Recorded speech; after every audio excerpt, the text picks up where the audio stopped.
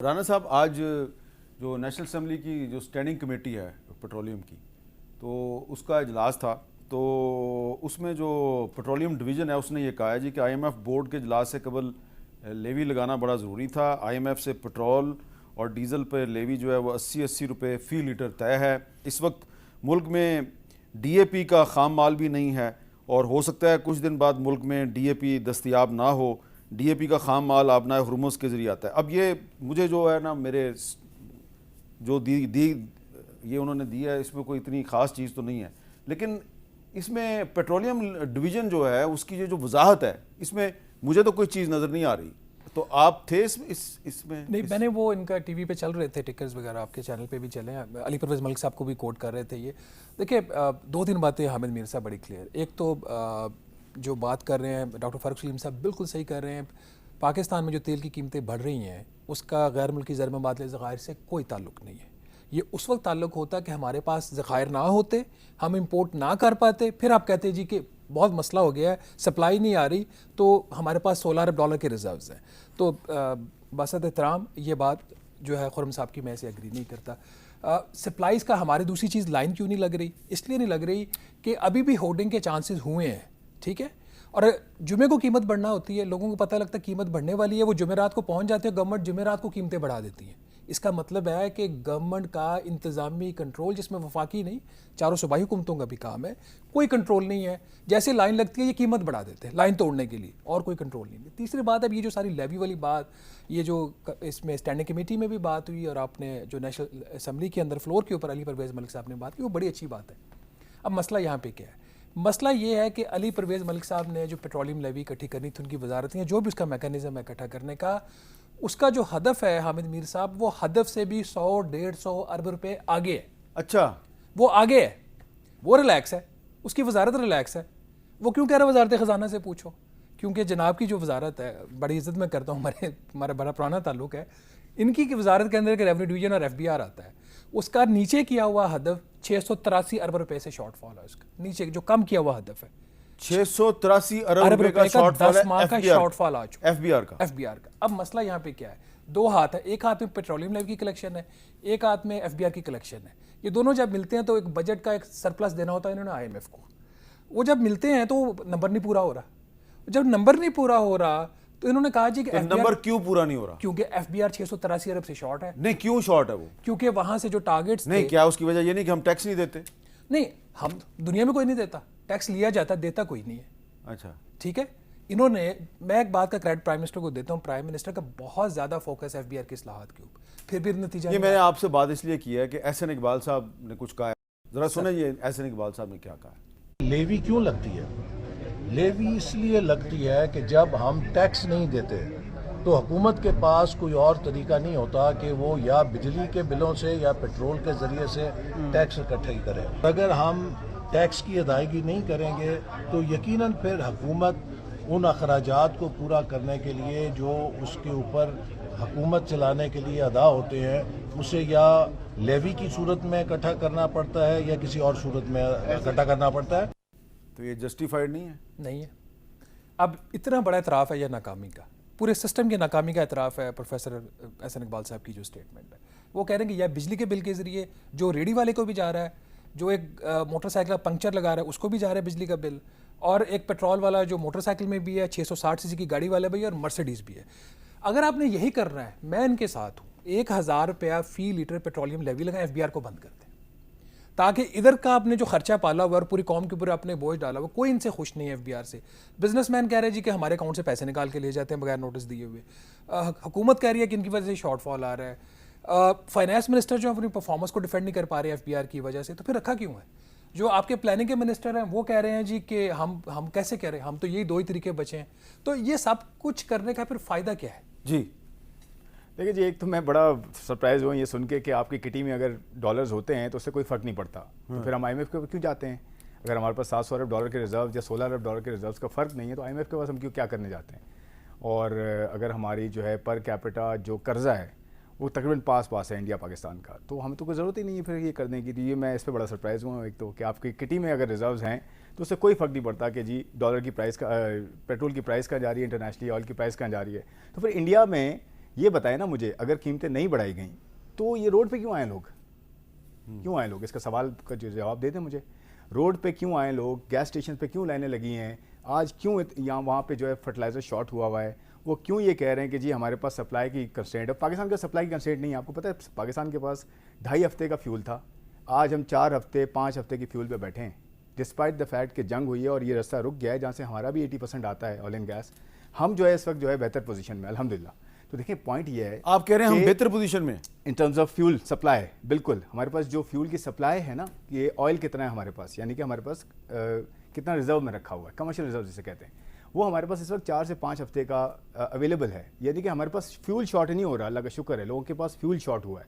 تو اگر انڈیا کے پاس انٹرنل فسکل پوزیشن بہت اسٹرانگ ہے, ان کی جو ہے پوری جو ریفائننگ انڈسٹری ہے وہ پوری گورنمنٹ اونڈ بھی ہے اور پرائیویٹ سیکٹر بھی ہے, اتنی بڑا, وہ تو دنیا میں سب سے آگے ہیں. یہ کیا مسئلہ ہوا ہے ان کے ساتھ؟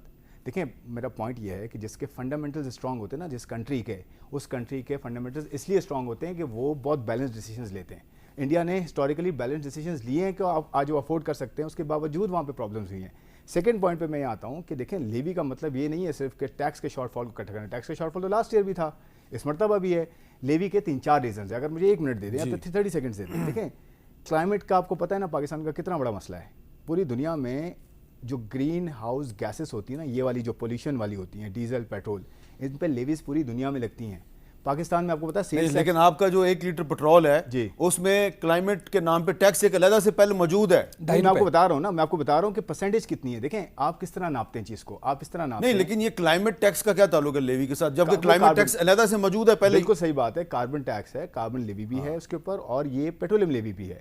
دیکھیں پیٹرولیم لیوی کا میں آپ کو بیک گراؤنڈ تھوڑا سا بتاتا ہوں. پیٹرولیم ڈیولپمنٹ لیوی اس لیے لگائی گئی تھی آج سے 20 سال پہلے کہ اس سے پیٹرولیم سیکٹر کی ڈیولپمنٹ ہو. ایسے ہی ہے نا جی, وہ ایسا ایسا پیٹرولیم لیوی پہ کنورٹ ہو گئی. ڈفرینٹ ایڈمنسٹریشنز آئیں, انہوں نے ڈفرینٹ اس کی جو ہے وہ اس بحث میں جاتے, بہت لمبی چیز ہے وہ.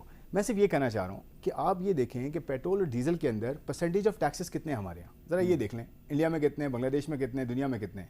آپ کو ایوریج 35 سے 40% ٹیکسز ملیں گے آئل, یہ اس کی پیٹرول اور ڈیزل کی قیمت میں. ہمارے یہاں کتنے ہیں؟ ہمارے یہاں آج بھی لیوی 80 روپے پہ ڈیزل پہ نہیں آئی, آج 42 روپے ہے, اور پیٹرول پہ ہم نے 116 روپے سم تھنگ کی ہوئی ہے. اب میں آپ کو بتاتا ہوں لاسٹ پوائنٹ. دیکھیں ڈیزل کے اوپر 3 ہفتے 4 ہفتے آپ کو پتہ ہے لیوی 0 تھی. اس وقت کسی نے کوئی بات نہیں کی کہ لیوی تو 0 ہے. پیٹرول پہ جو ہے 80 روپے کر دی تھی اور اس پہ لیوی 0 کر دی تھی. اب لیوی امپروو کرنا شروع کیا ہے تھوڑا تھوڑا, تاکہ ہمارا فسکل بیلنس بھی رہے. آپ کل کو یہ کہیں گے یار قرضے لے کے آپ جو سبسڈیاں دے رہے ہیں, جو 2022 میں کیا تھا ہم نے, وہ ہم نہیں کرنا چاہتے. آپ کو پتہ ہے قرضے اس وقت پرسنٹیج GDP کا رکے ہمیں ایک جگہ پہ. تو ساری پورے کانٹیکس دیکھیں نا. جی فاروق سلیم صاحب, آر یو سیٹسفائیڈ خرم شہزاد صاحب جو کہہ رہے ہیں, آپ ایگری کرتے ہیں؟ دیکھیے افغانستان میں پیٹرول کی قیمت میں 35% اضافہ ہوا, پاکستان میں 61%. اب افغانستان میں مجھے بتا دیجئے کہ ان کے پاس ڈالر ریزرو کتنے ہیں.